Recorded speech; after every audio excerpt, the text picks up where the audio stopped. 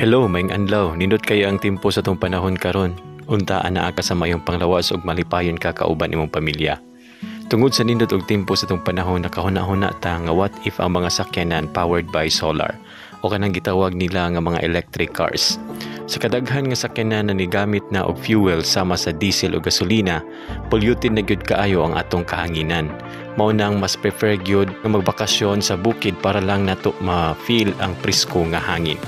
Sa pagkakaroon aduna nay nanagan nga mga electric vehicle sa Pilipinas ug ang paagi sa iyang fuel isang pag-charge lang sa battery gikan sa atong mga electric wall outlet. Sa akong huna-huna, what if solar powered electric car na lang para dili magsigi og charge sa imong sakyanan kung malubat during daytime.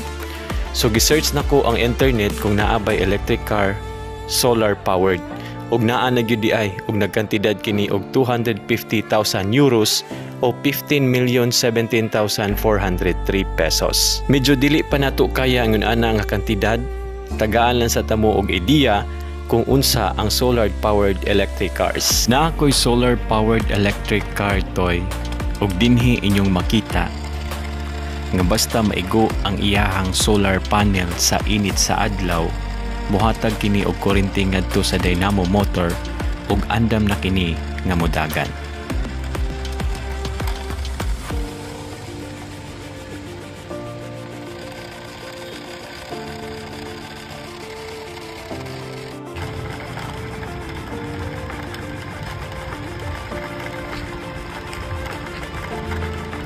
Ingon ani ang system operation sa mga electric car.